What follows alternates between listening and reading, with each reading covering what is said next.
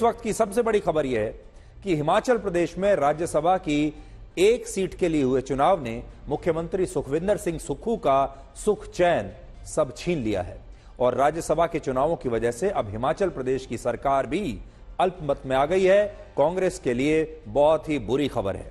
हिमाचल प्रदेश की विधानसभा में अभी कुल मिलाकर 68 विधायक हैं, जिनमें से 40 विधायक कांग्रेस के हैं, 25 विधायक बीजेपी के हैं और 3 विधायक निर्दलीय हैं। और इस हिसाब से राज्यसभा के चुनाव में कांग्रेस पार्टी की जीत निश्चित मानी जा रही थी और निश्चित रूप से होनी भी चाहिए थी, क्योंकि उनके पास 40 विधायक हैं 68 में से। और इसका कारण यह था कि कांग्रेस पार्टी के राज्यसभा के उम्मीदवार अभिषेक मनु सिंघवी को जीत के लिए 39 वोट चाहिए थे, 40 उनके पास थे और फिर भी वो नहीं जीत पाए। और 3 निर्दलीय विधायक भी हिमाचल प्रदेश में कांग्रेस पार्टी की सरकार का ही हिस्सा हैं, समर्थन दे रहे हैं और इसलिए कांग्रेस के पास वोटों की कमी बिल्कुल नहीं थी। अभिषेक मनु सिंघवी को आराम से हंसते हंसते जीत जाना चाहिए था। उनके पास कुल मिलाकर 43 वोट थे, जबकि बीजेपी के पास सिर्फ 25। लेकिन जब वोटिंग हुई तो बीजेपी और कांग्रेस के उम्मीदवारों के बीच मुकाबला टाई हो गया और दोनों ही पार्टियों को 34-34 वोट मिले, बराबरी पर छूटे। इसका मतलब यह हुआ कि कांग्रेस के 40 में से 6 विधायकों ने क्रॉस वोटिंग की और कांग्रेस की सरकार का समर्थन करने वाले 3 निर्दलीय विधायकों ने भी अभिषेक मनु सिंघवी को अपना वोट नहीं दिया। और इस तरह से हिमाचल प्रदेश के राज्यसभा चुनाव में एक बहुत बड़ा उलटफेर हो गया, जिसकी मुख्यमंत्री सुखविंदर सिंह सुक्खू ने शायद कल्पना भी नहीं की थी। और सुक्खू आज बहुत दुखी होंगे, क्योंकि सुक्खू का सुख आज छिन गया।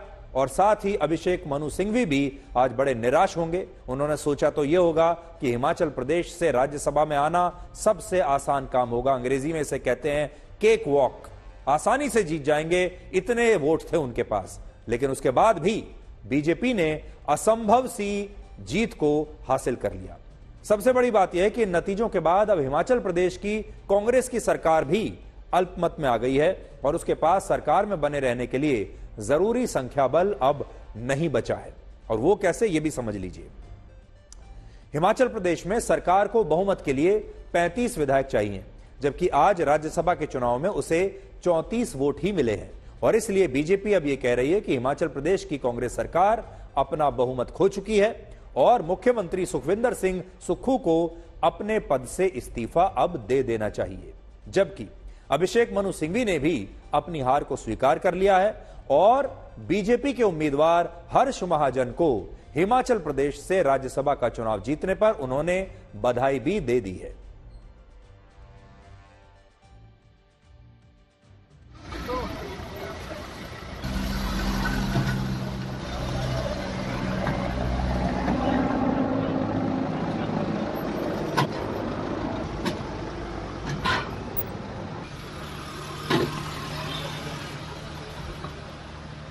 हिमाचल कांग्रेस के 6 विधायक जिनको पंचकुला के रेस्ट हाउस में लाया गया था, उनको यहां से निकाला जा रहा है। तस्वीरें आप देख सकते हैं। भारतीय जनता पार्टी हरियाणा के ऊपर मुख्यमंत्री सुखविंदर सुक्खू ने आरोप लगाए थे कि हरियाणा भाजपा की सरकार उनके विधायकों को किडनैप करके लाई है। तस्वीरें आप देख सकते हैं। ये हिमाचल के विधायक बैठे हुए हैं। आप देख सकते हैं हिमाचल नंबर की ये गाड़ियां हैं सारी, और हिमाचल नंबर की सारी गाड़ियां हैं। विधायक ये गाड़ी के अंदर बैठे हुए हैं, तमाम विधायक हैं हिमाचल के। ये तस्वीरें आप देखिए।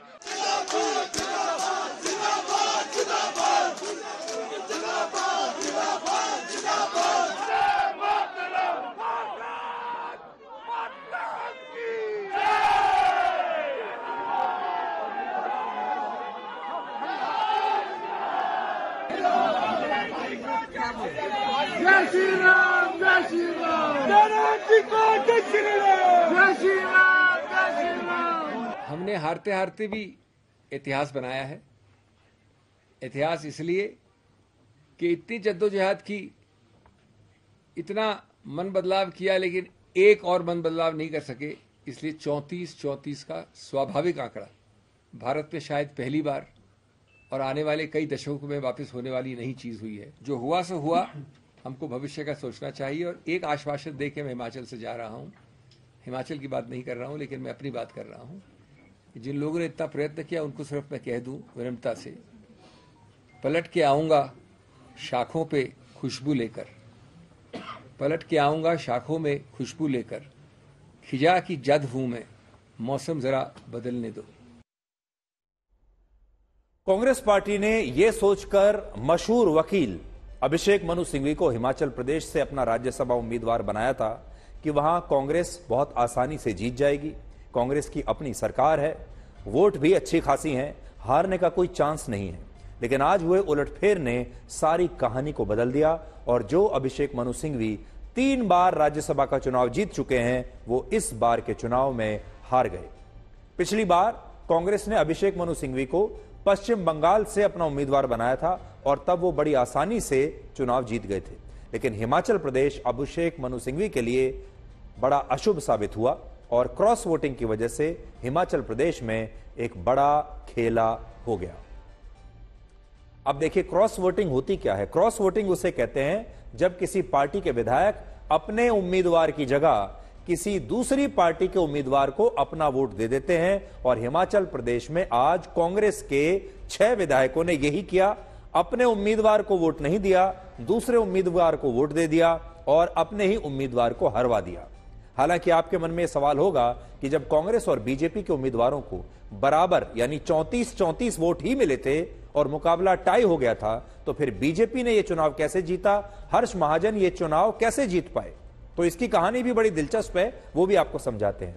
जैसे क्रिकेट में कोई मैच टाई होने के बाद सुपर ओवर से मैच का फैसला होता है, वैसे ही राज्यसभा के चुनाव में मुकाबला टाई होने के बाद एक मटके में दोनों उम्मीदवारों की पर्ची डालकर उनमें से किसी एक उम्मीदवार को विजेता घोषित किया जाता है। और हर्ष महाजन आज ऐसे ही ये चुनाव जीते हैं और हर्ष महाजन की ये जीत आज कांग्रेस को बहुत चुभ रही होगी, यानी एक लॉटरी की तरह ये जीत थी और लॉटरी जो है वो हर्ष महाजन की निकल आई।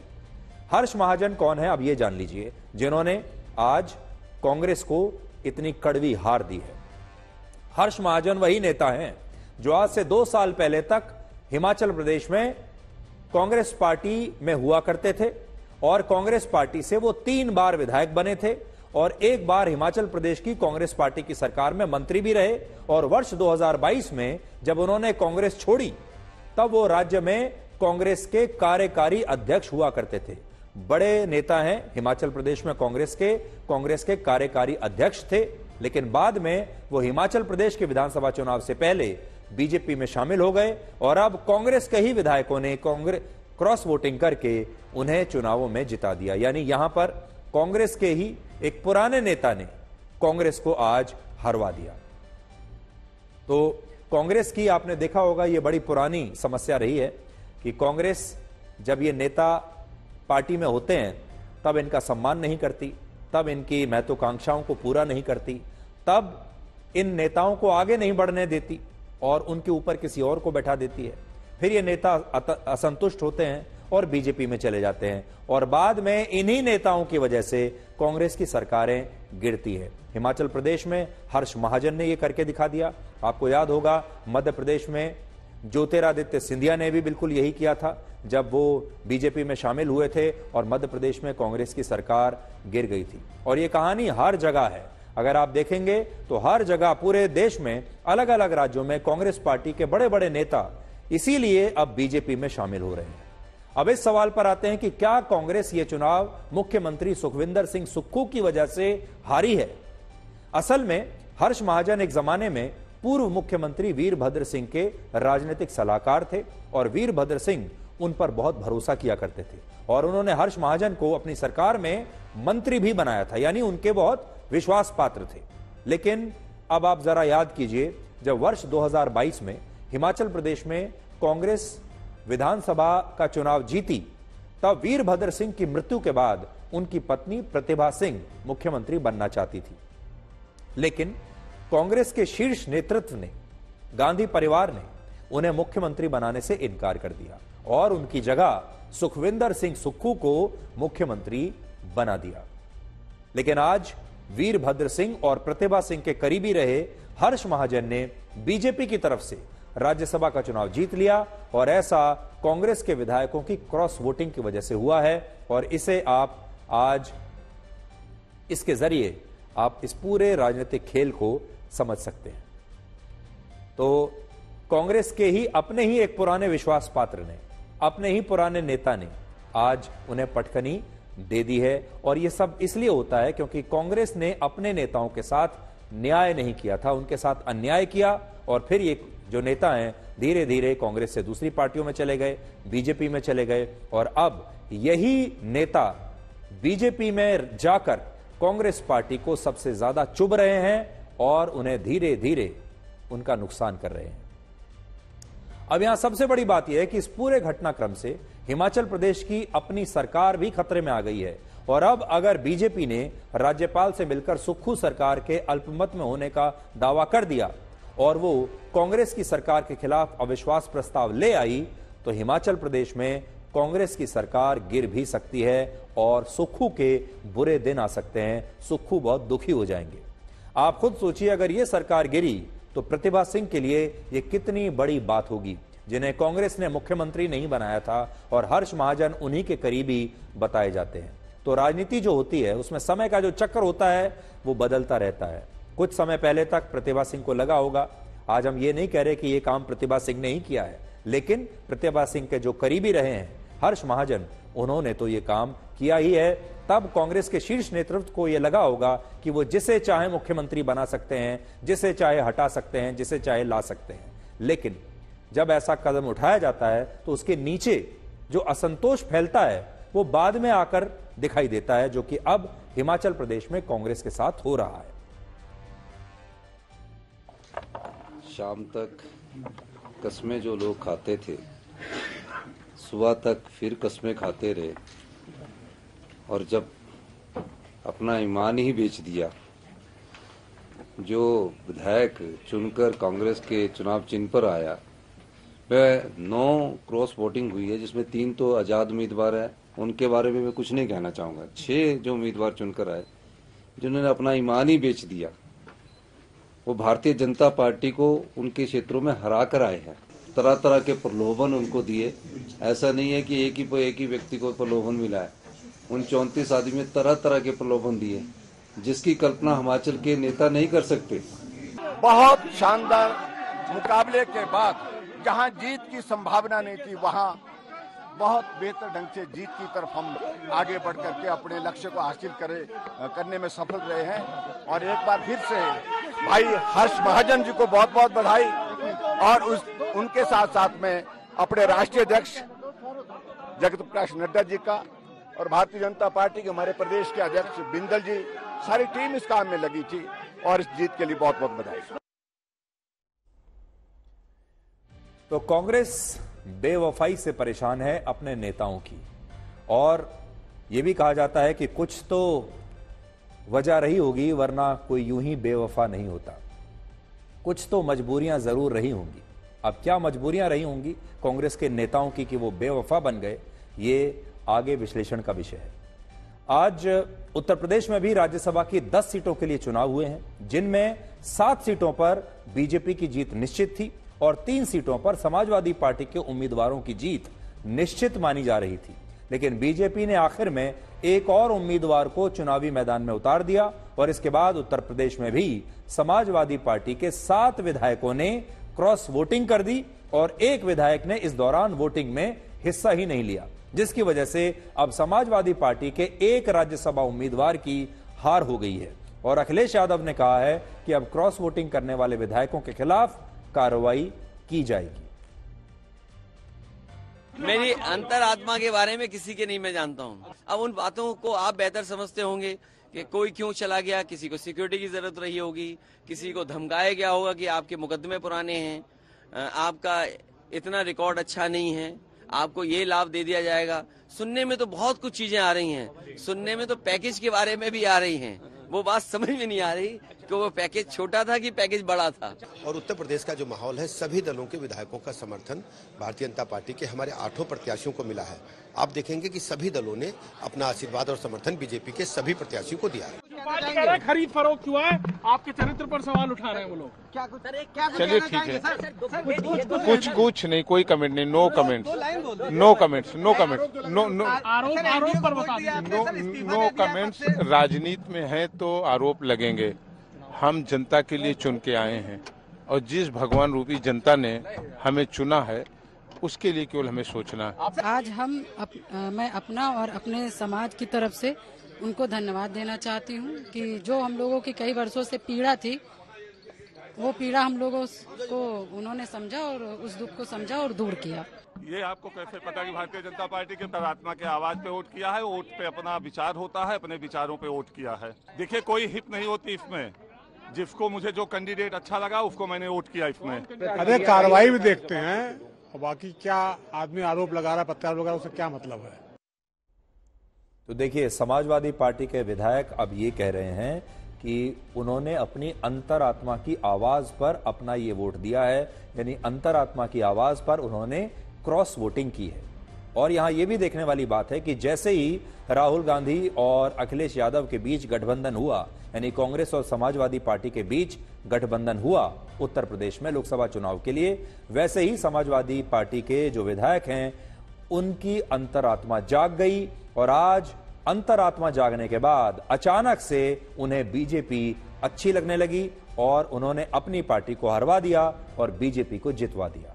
इसी को कहते हैं राजनीति। और जैसा मैं आपको, और देखिए अभी जो बड़ी खबर आ रही है वो है उत्तर प्रदेश में समाजवादी पार्टी 2 ही सीट जीत सकी है। अभी समाजवादी पार्टी का जो तीसरा उम्मीदवार था उसकी हार हो गई है। और जैसा हम आपको बता रहे थे कि संख्या बल को अगर आप देखें तो समाजवादी पार्टी के 3 उम्मीदवार जीत जाने चाहिए थे, लेकिन अब 3 में से 2 उम्मीदवार ही समाजवादी पार्टी के जीत पाए और 1 उम्मीदवार हार गया। दूसरी तरफ बीजेपी के 8 उम्मीदवार उत्तर प्रदेश की राज्यसभा चुनाव में जीत गए हैं। तो अब 8 सीट गई हैं बीजेपी को और 2 सीट गई है समाजवादी पार्टी को। और ये क्रॉस वोटिंग ना हुई होती तो ये जो स्कोर था ये रहता 7-3, लेकिन अब ये स्कोर हो गया है 8-2। ये एक बड़ी खबर है।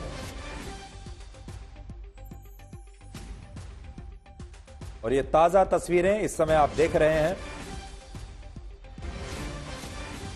लखनऊ से। और उत्तर प्रदेश में राज्यसभा चुनाव में 8 सीटों पर बीजेपी जीत गई है और सिर्फ 2 सीटों पर समाजवादी पार्टी जीत पाई है, जबकि वो 3 सीटें आराम से जीत सकती थी संख्या बल के हिसाब से।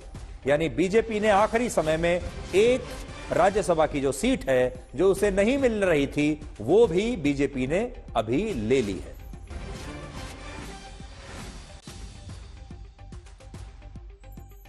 तो उत्तर प्रदेश में और हिमाचल प्रदेश में दोनों ही जगह क्रॉस वोटिंग हुई है और उस क्रॉस वोटिंग का सीधा लाभ बीजेपी को मिला है।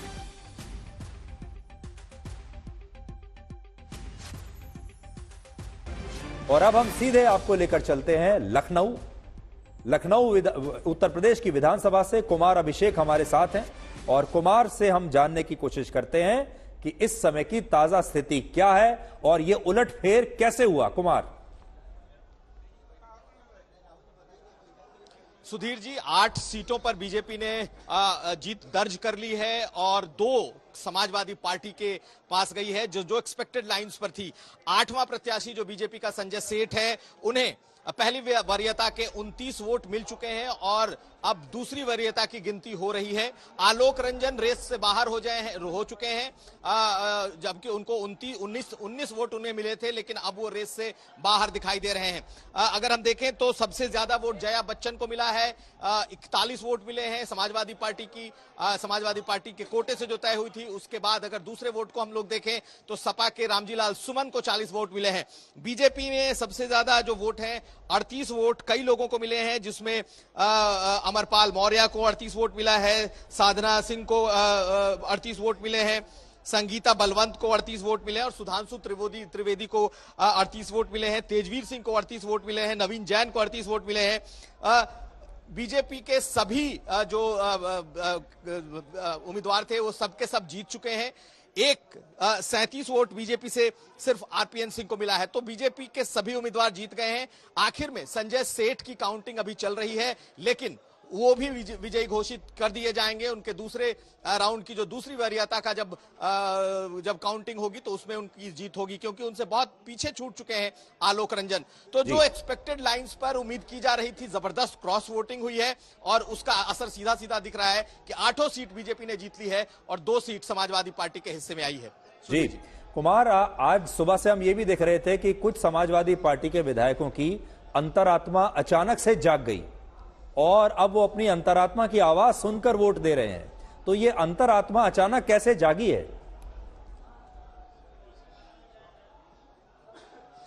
देखिए, अंतरात्मा की जहां तक बात की जाए तो कई ऐसे विधायक थे जो लगातार राम जन्मभूमि को लेकर अपनी पार्टी पर दबाव बनाए हुए थे। राकेश प्रताप सिंह जैसे जो विधायक थे वो जब से राम जन्मभूमि का मामला आया तब से वो अपनी पार्टी पर दबाव बना रहे थे।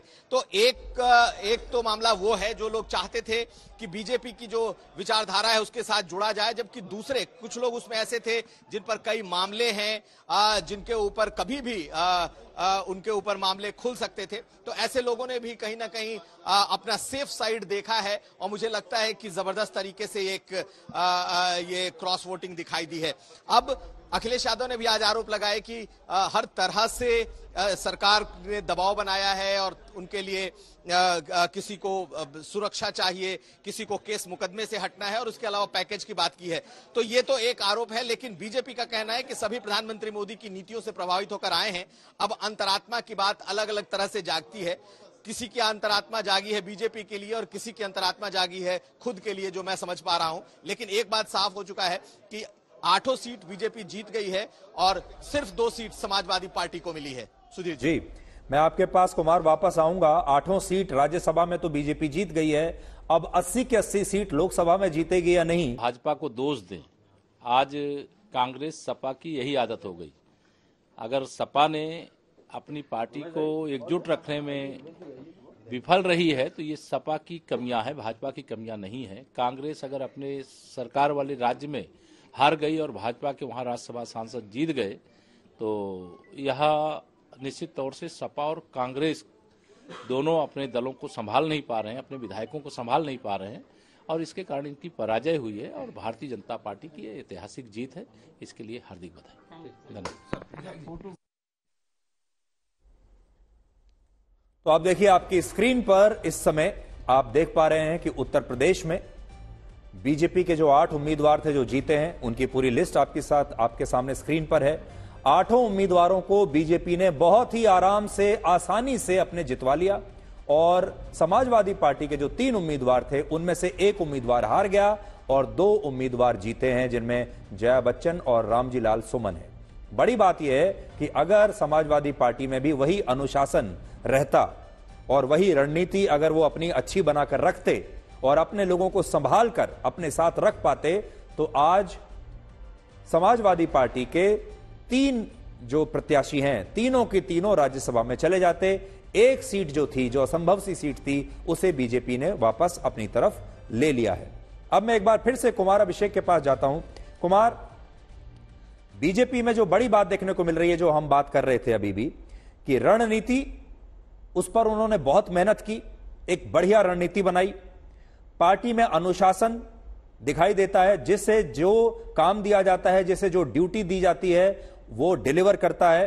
और सबसे बड़ी बात यह है कि विचारधारा जो है वो भी बीजेपी के इस समय पक्ष में है।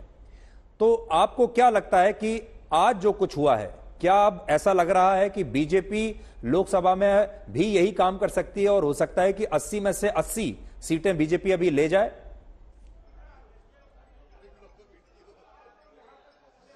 देखिए सुधीर जी, 80 में से 80 बीजेपी जीत जाएगी ये तो कहना बड़ा मुश्किल है, क्योंकि अगर हम पिछले दोनों चुनाव को देखें तो बीजेपी 73 और 64 ऐसी आई है। हालांकि इस बार उसका दावा जरूर है कि वो 80 में 80 जीतेगी। और जिस तरीके का माहौल इस वक्त चला हुआ है तो बीजेपी कहां तक रुकेगी इसका कहना मुश्किल है। लेकिन मैं थोड़ा सा इस चुनाव को अगर आप समझाने की कोशिश करूं तो देखिए, जो वोटिंग का का जो अगर आप आंकड़ा देखेंगे तो वो दिखाता है कि किस तरीके से बीजेपी ने सधे हुए एक रणनीति के तहत उसने अपने लोगों में अपने वोट बांटे थे। बीजेपी को जो हाईएस्ट वोट मिला है वो है 38 वोट और 8 में से 7 लोगों को 38 वोट मिला है, 6 लोगों को 38 वोट मिला है और एक को 37 वोट और जो संजय सेठ हैं वो 29 वोट पर हैं और उनको दूसरी वरीयता में जीत जाएंगे। लेकिन समाजवादी पार्टी ने जब अलॉट किया है तो सबसे ज्यादा जया बच्चन को मिला है, यानी कि अगर उन्हें 37 वोट चाहिए थे तो 41 लोगों ने जया बच्चन को प्रथम वरीयता का वोट किया। दूसरी तरफ रामजी लाल सुमन को 40 वोट मिले हैं, यानी कि उन्होंने अपने 2 उम्मीदवार को पूरी तरीके से सेव किया कि भाई बेशक उनको ज्यादा वोट दे करके पहले उन्हें सेव कर लो, उसके बाद फिर आलोक रंजन तक जाओ। और जो उम्मीद की जा रही थी कि कम से कम हारेंगे भी आलोक रंजन तो 29-30 वोट तक तो पहुंचेंगे, लेकिन वो 19 वोट पर आकर के रुके हुए, यानी कि बीजेपी समाजवादी पार्टी ने हेवीली अपने 2 कैंडिडेट्स के लिए वोटिंग को बढ़ाया और जो आलोक रंजन है वो 20 के नीचे उनका वोट रह गया। तो ये स्ट्रेटजी दिखाई देती है कि बीजेपी ने अपने अगर विधायकों को वोट बांटे तो उन्होंने बड़े ही इक्वल तरीके से बांटे, 38, 38, 38, 37 इस तरीके का वोट मिला है, जबकि सपा के 3 थे और सपा ने कहा था कि 37 हम लोगों ने तीनों को बांटे हैं, इसमें जिसका किस्मत होगा वो जीत जाएगा। लेकिन साफ दिखा कि सबसे ज्यादा जया बच्चन को मिला है और उसके बाद रामजी लाल सुमन को और तब आखिर में आलोक रंजन जो कि हार गए हैं। तो हेवली अनइक्वल डिस्ट्रीब्यूशन दिखाई दिया है सपा की तरफ, जबकि बीजेपी ने बड़ी ही सधे हुए तरीके से इक्वली डिस्ट्रीब्यूट किया और वो अपने सभी उम्मीदवारों को जिताने में सफल हुई। तो यही है रणनीति जिसकी आप चर्चा कर रहे थे कि किस तरीके से बारीक रणनीति तय होती है और किस तरीके से अपने लोगों को जिताया जाता है।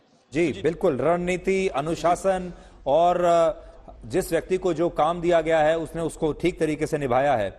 अब कुमार, बड़ी बात यह है कि लोकसभा का चुनाव तो होने वाला है और राज्यसभा में अगर आप देखें तो हिमाचल प्रदेश में भी कांग्रेस को बहुत बड़ा झटका लगा है और उत्तर प्रदेश में कांग्रेस की सहयोगी पार्टी समाजवादी पार्टी को बड़ा झटका लगा है। यानी ये जो दोनों राज्यों में अगर आप देखेंगे तो इंडिया गठबंधन के लिए बुरी ही बुरी खबर है।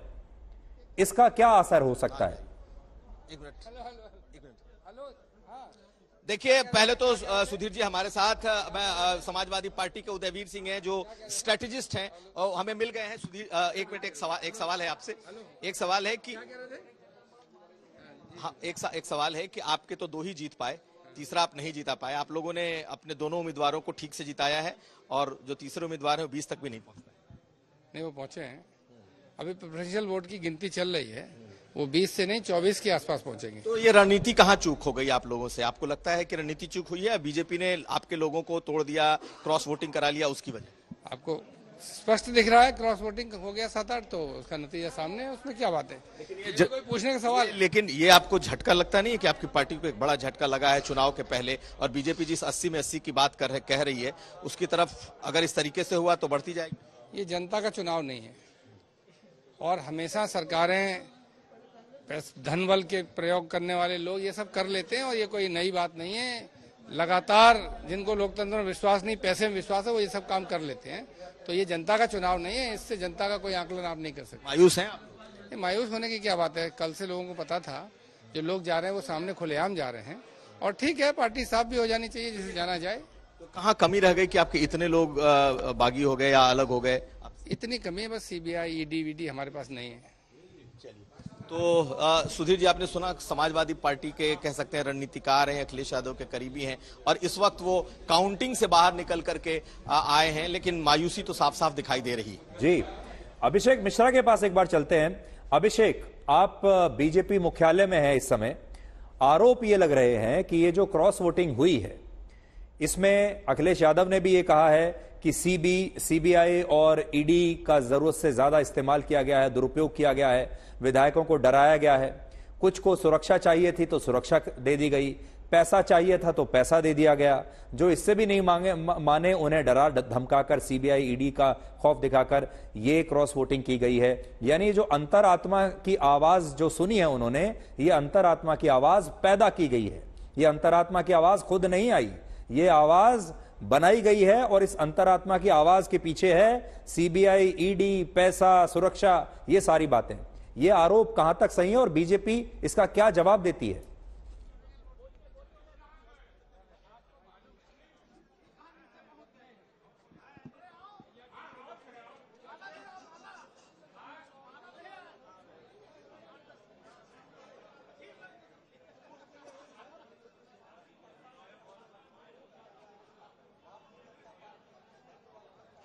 अभिषेक, आपको मेरी आवाज आ रही है?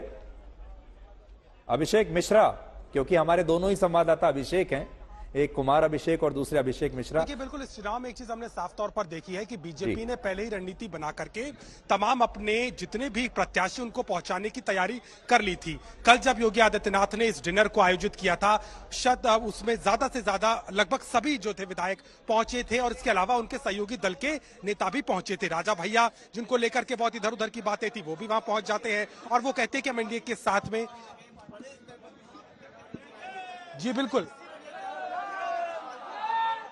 ऑडियो बिल्कुल। तो इस तरीके से देखा जाए तो ये बात बिल्कुल साफ नजर आती है कि एनडीए ने पूरी तैयारी की थी और इस एनडीए की तैयारी का ही नतीजा है कि आज जो वोट मिले हैं उस आधार पर ये साफ तौर पर दिखाई देता है।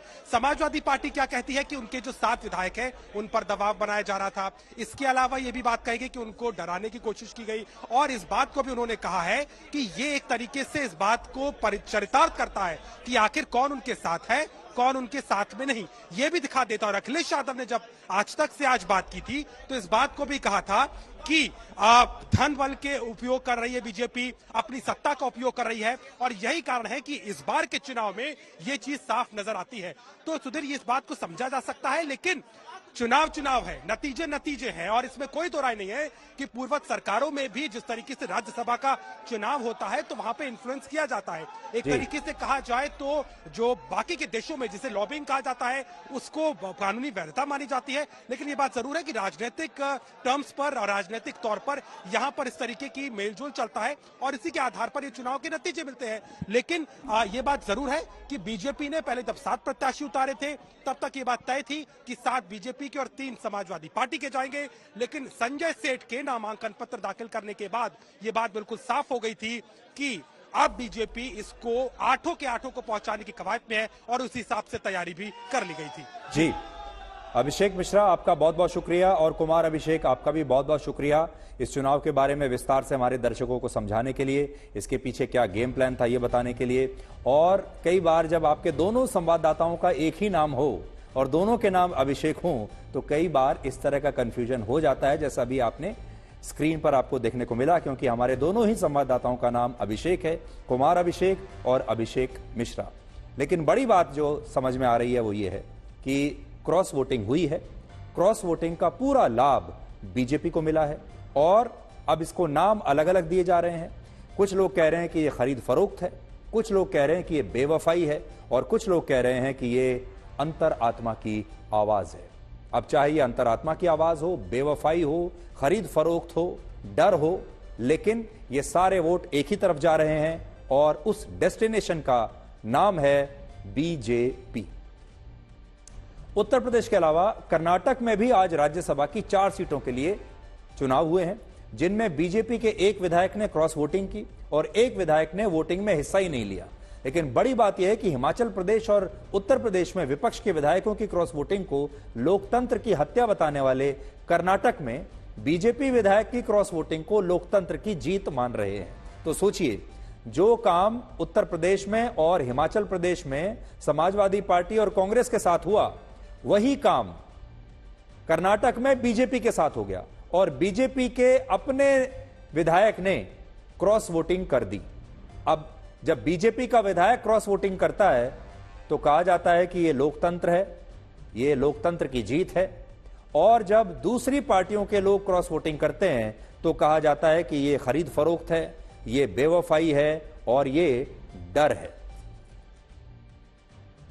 हमारे देश में यह क्रॉस वोटिंग अंतरात्मा की आवाज के नाम पर होती है और अंतरात्मा की आवाज का मतलब होता है ईश्वर की वो आवाज जो किसी व्यक्ति को सही और गलत के बारे में बताती है।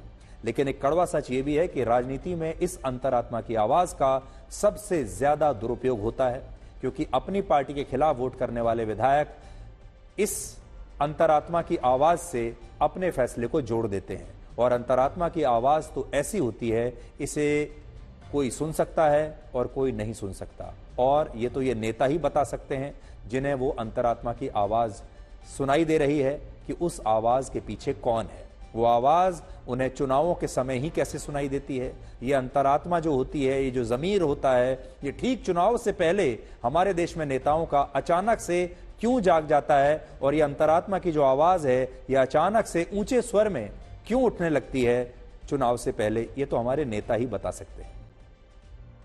अब आपके सामने एक बहुत ही गंभीर विषय रखेंगे, एक गंभीर मुद्दा और एक गंभीर प्रश्न, और शायद आपने भी कभी इसके बारे में सोचा नहीं होगा, क्योंकि अब हम आपको शहीद क्रांतिकारी चंद्रशेखर आजाद की पुण्यतिथि पर एक ऐसा विश्लेषण दिखाएंगे जिसके बारे में आपने आज तक ना सोचा होगा ना कल्पना की होगी। क्या आप जानते हैं कि वर्ष 1931 में आज ही के दिन जब पुलिस के साथ हुई मुठभेड़ में चंद्रशेखर आजाद सिर्फ 24 वर्ष की उम्र में शहीद हुए थे, तब उनके अंतिम संस्कार में सैकड़ों लोग शामिल हुए थे। ये पुलिस थी अंग्रेजों की पुलिस, जिसके साथ उनका एनकाउंटर चल रहा था। तिथियां आप ध्यान से नोट करते जाइएगा। ये 1931 की बात है, आज ही के दिन। और उस समय जब चंद्रशेखर आजाद की अस्थियां एकत्रित करके उनके एक रिश्तेदार को सौंपी गईं, तब लकड़ी के एक तख्त पर इन अस्थियों को रखकर पूरे शहर में जुलूस निकाला गया था और शहर के तमाम लोगों ने उस दिन इस जुलूस पर फूल बरसाए थे। और उस दिन पूरा शहर यानी इलाहाबाद, पूरे शहर में, पूरे इलाहाबाद में हड़ताल हुई थी। लेकिन सोचने वाली बात यह है कि चंद्रशेखर आजाद की शहादत के बाद इतना सब कुछ हुआ, लेकिन इसके बावजूद इनमें से किसी भी घटनाक्रम की कहीं भी कोई तस्वीर प्रकाशित नहीं हुई, इसका कोई वीडियो उपलब्ध नहीं है और तस्वीरें भी नहीं है। आज भी चंद्रशेखर आजाद की कुल मिलाकर सिर्फ 3 से 4 तस्वीरें ही उपलब्ध हैं, जिनमें से इस तस्वीर को सबसे ज्यादा देखा जाता है। इस तस्वीर की सबसे ज्यादा चर्चा होती है जो अभी आप देख रहे हैं, जिसमें चंद्रशेखर आजाद अपनी मूंछों पर ताव दे रहे हैं। और यह तस्वीर उनके एक साथी क्रांतिकारी ने खींची थी। यह मीडिया ने नहीं खींची थी, उस समय किसी अखबार वाले ने नहीं खींची थी, उनके ही एक साथी ने यह तस्वीर उनकी खींच ली थी। और आपने देखा होगा, आप भी जहां भी चंद्रशेखर आजाद की तस्वीर देखते हैं, चाहे किसी कैलेंडर में, किसी किताब में, किसी पोस्टर में, हर जगह सिर्फ एक ही तस्वीर छपती है। कारण यह है कि उनकी कोई ज्यादा तस्वीरें उपलब्ध हैं ही नहीं। इसके अलावा कोई और तस्वीर ऐसी नहीं है जिसमें चंद्रशेखर आजाद को उस समय के मीडिया ने दिखाया हो, या उनके अस्थि जुलूस में उमड़े जन सैलाब को भी उस जमाने के मीडिया ने, अखबारों ने कवर किया हो। और यहां बात सिर्फ चंद्रशेखर आजाद की नहीं है, एक और नाम आपको बताता हूं। चंद्रशेखर आजाद की शहादत के सिर्फ 24 दिन बाद 23 मार्च 1931 को शहीद आजम भगत सिंह को भी फांसी दे दी गई थी। लेकिन उनकी भी बहुत ही गिनी चुनी तस्वीरें आज हमारे देश में उपलब्ध हैं। दूसरी तरफ इस घटनाक्रम से यानी 1931 से फरवरी और मार्च 1931 से एक साल पहले वर्ष 1930 में महात्मा गांधी ने दांडी यात्रा की थी, जिसकी मीडिया में बड़े स्तर पर कवरेज हुई। और इस दांडी यात्रा के वीडियोस भी उपलब्ध हैं, बहुत सारे वीडियोस उपलब्ध हैं। तस्वीरें तो इतनी हैं कि भरी पड़ी हैं। ऐसा इसलिए हुआ होगा क्योंकि दांडी यात्रा वाकई में हमारे इतिहास में एक बहुत बड़ी घटना थी। हम मना नहीं कर रहे, इतनी तस्वीरें हैं, यह घटना भी बहुत महत्वपूर्ण थी, इसलिए इसका वीडियो भी बना होगा, मीडिया में इसकी कवरेज भी हुई होगी, तस्वीरें भी खींची होंगी, तभी तो आप ये सारे वीडियोस देख रहे हैं। और बात भी बहुत बड़ी थी, ये एक टर्निंग पॉइंट था हमारी आजादी की लड़ाई में, दांडी मार्च। आपने इतिहास की किताबों में पढ़ा भी होगा। लेकिन सोचिए, दांडी मार्च तो बहुत महत्वपूर्ण था, हम इनकार नहीं कर रहे, लेकिन क्या चंद्रशेखर आजाद और भगत सिंह की शहादत उतनी ही बड़ी घटना नहीं थी? भगत सिंह को फांसी दे देना क्या बड़ी घटना नहीं थी हमारे देश की? चंद्रशेखर आजाद का एक एनकाउंटर में मारे जाना, शहादत दे देना, क्या हमारे देश की बड़ी घटना नहीं थी? ऐसी घटना नहीं थी जिसका कि पूरी मीडिया में कवरेज हो। लेकिन इनकी शहादत को कोई मीडिया कवरेज नहीं मिली और आज उनकी चुनिंदा तस्वीरें ही मौजूद हैं। जैसा मैं आपको बता रहा था, गिनती की तस्वीरें हैं, उसके अलावा आपको कोई तस्वीर नहीं मिलेगी और वीडियो तो इन दोनों में से किसी का भी नहीं है। और यह बात इसलिए मैंने दांडी मार्च का उदाहरण लिया कि ऐसा नहीं है कि उस जमाने में वीडियो नहीं बनते थे, वीडियो बनते थे। चंद्रशेखर आजाद और भगत सिंह की शहादत से एक साल पहले दांडी मार्च के जबरदस्त बड़ी संख्या में वीडियो बन रहे थे, लेकिन आपको इन दोनों शहीदों का कोई वीडियो नहीं मिलेगा। इनकी शहादत के बाद इनका अंतिम संस्कार कैसे हुआ उसका कोई वीडियो नहीं मिलेगा, कितनी भीड़ आई उसका कोई वीडियो नहीं मिलेगा। इससे भी बड़ी बात यह है कि इन क्रांतिकारियों को आजादी से पहले मीडिया की कोई कवरेज नहीं मिली, लेकिन कांग्रेस के जो बड़े बड़े नेता आजादी के बाद प्रधानमंत्री और कैबिनेट में मंत्री बने, उनकी हर छोटी से छोटी गतिविधि को कैमरे में रिकॉर्ड किया जाता था और महात्मा गांधी तो जहां भी जाते थे उनके साथ भारतीय पत्रकारों के साथ अंतर्राष्ट्रीय पत्रकार भी अपने कैमरों के साथ मौजूद रहते थे। अगर महात्मा गांधी से हमने बहुत सारी चीजें सीखी हैं, लेकिन एक और बड़ी चीज जो हम उनसे सीख सकते हैं वो ये कि मीडिया को कैसे इस्तेमाल करना है। और अगर आज के जमाने में महात्मा गांधी जिंदा होते तो शायद सोशल मीडिया पर सबसे ज्यादा फॉलोअर्स उन्हीं के होते, सोशल मीडिया पर सबसे ज्यादा वीडियोस भी उन्हीं के आते, रील्स भी सबसे ज्यादा उन्हीं की आती, क्योंकि उस जमाने में भी वो मीडिया को इस्तेमाल करना जानते थे। और उनके साथ के जो दूसरे कांग्रेस के नेता थे, जवाहरलाल नेहरू जैसे, ये जानते थे कि मीडिया को कैसे इस्तेमाल करना है। और मीडिया इनकी छोटी से छोटी गतिविधि की कवरेज करता था। ये घर से निकलते थे और वीडियो बनने शुरू हो जाते थे, इसीलिए बड़ी संख्या में आप इनके वीडियोस देखते हैं। और यही वजह है कि जब आप भारत के स्वतंत्रता आंदोलन को तस्वीरों और वीडियोस के जरिए समझने की कोशिश करेंगे तो आपको इन तस्वीरों और वीडियोस में मुख्य रूप से बहुत मुट्ठी भर लोग दिखाई देंगे। महात्मा गांधी दिखेंगे, पंडित जवाहरलाल नेहरू दिखेंगे, या कुछ और थोड़े और कांग्रेस के लोग दिखेंगे, लेकिन आपको चंद्रशेखर आजाद और शहीद आजम भगत सिंह की ना तो कोई तस्वीर मिलेगी, ना ही कोई वीडियो मिलेगा। जबकि आजादी के लिए असली बलिदान इन क्रांतिकारियों ने दिया था और इसीलिए तो अंग्रेज इनके खून के प्यासे थे। और इसके बावजूद ये क्रांतिकारी तस्वीरों में आज भी कहीं दिखाई नहीं देते। यहां एक और बड़ी खबर यह है और बड़ी बात है कि चंद्रशेखर आजाद की अस्थियों को लेकर इलाहाबाद में जो जुलूस निकाला गया उसकी एक भी तस्वीर कहीं प्रकाशित नहीं हुई। लेकिन वर्ष 1948 में जब महात्मा गांधी की हत्या हुई और उनकी अंतिम यात्रा निकाली गई तो इसे कई कैमरों से शूट किया गया था। और इस अंतिम यात्रा की जो न्यूज रील बनाई गई उसे उस साल पूरी दुनिया में सबसे ज्यादा बार देखा गया था, यानी सबसे ज्यादा व्यूज उस जमाने में इस वीडियो को मिले थे। और इसलिए आज हम ये सवाल उठा रहे हैं कि क्या चंद्रशेखर आजाद और शहीद भगत सिंह की शहादत बड़ी घटना नहीं थी, और क्या इसके भी वीडियोस उपलब्ध नहीं होने चाहिए थे। हमें महात्मा गांधी के वीडियोस से कोई आपत्ति नहीं है, ना जवाहरलाल नेहरू के इतने सारे वीडियो से आपत्ति है। सवाल बस मन में यह आ रहा है कि चंद्रशेखर आजाद और भगत सिंह की तस्वीरें कहां गई।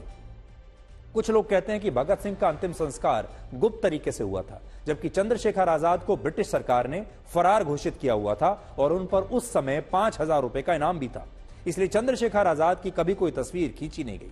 लेकिन हमारा सवाल यह है कि जब शहादत के बाद इलाहाबाद के लोगों ने उनकी अस्थियों पर फूल बरसाए, पूरे शहर में हड़ताल हुई, तो क्या इसकी तस्वीर नहीं होनी चाहिए थी? और क्या इसकी भी एक न्यूज रील नहीं बननी चाहिए थी? सच तो यह है कि कुछ लोगों ने इसकी तस्वीरें खींची थी, लेकिन ये तस्वीरें आज आपको इंटरनेट पर कहीं नहीं मिलेंगी, क्योंकि इन तस्वीरों को प्रकाशित करने वाला हमारे देश का उस समय जो मीडिया का इकोसिस्टम था वो इन लोगों को कोई कवरेज नहीं देता था। और आप खुद सोचिए, ये बात कुछ अजीब नहीं लगती कि जिन क्रांतिकारियों ने भारत की आजादी के लिए अपनी शहादत दी उनकी तो हमारे पास मुट्ठी भर तस्वीरें हैं, लेकिन कांग्रेस के जो नेता आजादी के बाद प्रधानमंत्री और मंत्री बने या दूसरे बड़े पदों पर रहे, उनकी तस्वीरें और न्यूज रील से इंटरनेट भरा पड़ा है। और कोई भी जब इन न्यूज रील्स और तस्वीरों को देखता है तो उसके मन में यह धारणा बनना लाजमी है कि इन्हीं नेताओं ने भारत को आजादी दिलाई होगी, जबकि हकीकत तो यह है कि भारत की आजादी में सबसे बड़ा जो योगदान था उन क्रांतिकारियों का था जिन्होंने ब्रिटिश सरकार के खिलाफ अपने प्राणों की आहुति दी। और ब्रिटिशर्स जो हैं वो उनसे नफरत करते थे और उनके खून के प्यासे थे। और इनमें क्रांतिकारी चंद्रशेखर आजाद भी थे जो आज ही के दिन शहीद हुए थे। चंद्रशेखर आजाद का जन्म मध्य प्रदेश के झाबुआ में हुआ था, जहां उनका पैतृक घर दशकों तक अलग अलग सरकारों में उपेक्षा का शिकार रहा और कुछ साल पहले ही अब इसका पुनर्निर्माण करके इसमें एक म्यूजियम बना दिया गया है। लेकिन सोचने वाली बात यह है कि 24 वर्ष की उम्र में भारत की आजादी के लिए शहीद होने वाले चंद्रशेखर आजाद को उस तरह से याद नहीं रखा गया जिसके वो हकदार थे। और आज हमने झाबुआ जाकर उनकी जन्मस्थली से ये एक छोटी सी रिपोर्ट आपके लिए तैयार की है।